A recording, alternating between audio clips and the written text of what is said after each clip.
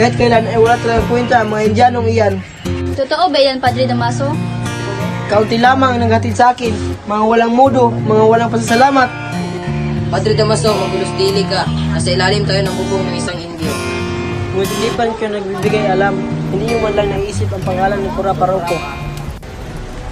Oo nga ho, sa pagkakaalam ko sa mga tunay na nangyari, wala ho kayo, Padre Damaso, dito sa San Diego, kaya nilibing na lang ang bangkay ng napakamarangal na taong iyon.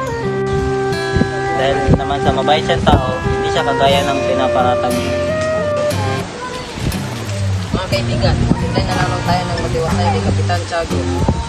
Ama, bakit tila madami ang nasa isip mo ngayon? Wala ito, Maria Clara. Ay ama, ako'y aalis muna. Sige, Maria Clara, tupalain ka ng Diyos.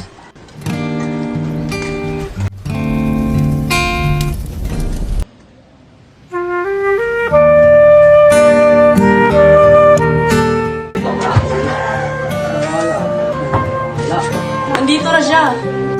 Naku po! Ay nako, totoo yan, Iha.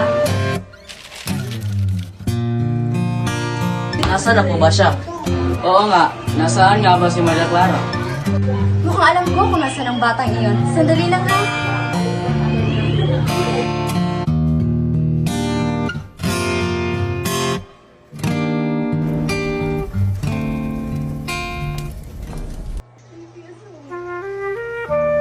Kamusta ka, Maria Clara? Mabuti naman, Crisostomo. O siya pa, ipagpatuloy na naman yung usapan sa lakas. Doon muna kay sa mesa na yan. Kamusta ka, Crisostomo? Mabuti naman. Ipagmamanhin niyo ho ako at ako'y nakaabala sa iyo. Maupo ka, iho. Hindi naman ito dapat imadali. Mayroon ba akong maipaglilingkod sa iyo? Sa katunayan po, marami po. Bakit po kayo nagsusulat sa paraang hieroglifiko? Upang hindi maunawaan ang sinulat ko ng mga tao ngayon. At bakit naman po? Ang mga ito ay para sa mga sumusunod na salinlahi na higit makakaunawa sa aking mga gawa. Sigurado akong papahalagahan nila ang aking mga gawang ito kapag ito'y kanilang nabasa na. Gusto ko ipahatid sa kanila na hindi lahat ng tao sa ating panahon ay tulog kung hindi mayroong mga mulat at may malawak na isipan. O ano nga ba ang pakay mo dito at ikay napadalaw? Nais ko pong humingi ng payo sa inyo. Kagaya po ng aking ama na sa iyo sumasaguni. Mayroon po akong maliit na balak at nais kong magtagumpay. Nangarap ako ng isang paralan bilang alala sa aking kasintahan. Kung ako sa iyo, huwag kang kukuha ng payo mula sa akin. Sasabihin lamang nila nga ako isang baliw. Sumangguni ka sa mga praile, sa kapitan, at sa lahat ng mga kapangyarihan.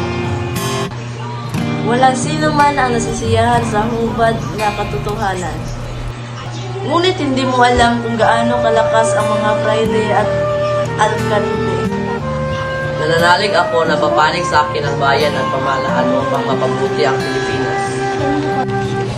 Gusto mo, hindi kaluwagan ang pagyuko sa kapangyarihan. Opo, Piloso Palacio, salamat po sa iyong payo. Ang pagyuko at pag-iwas sa dumarating na punlo ay mas mainam kaysa salubungin ang mga bala at baril at tuluyang hindi makabangon. Sa ngayon ay baka hindi mo maintindihan ang aking sinasabi, ngunit sa hinaharap ay malaman mo din ang mga sinasabi ko.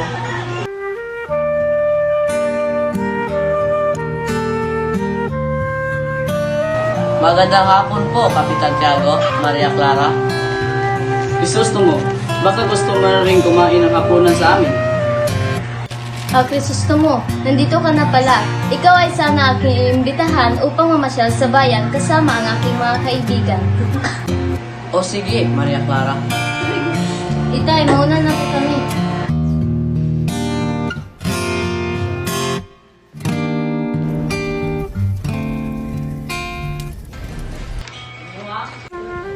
Bakit kaya mayroong mga taong kulang palad? Bakit naman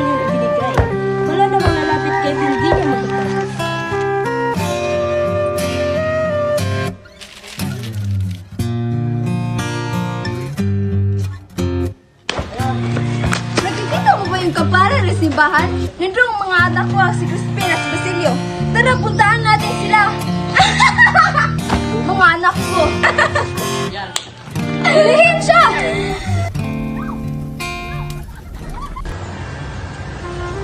Magandang umaga mga kapatid. Marami akong gustong sabihin sa ating sermon tungkol sa Ebanghelyo.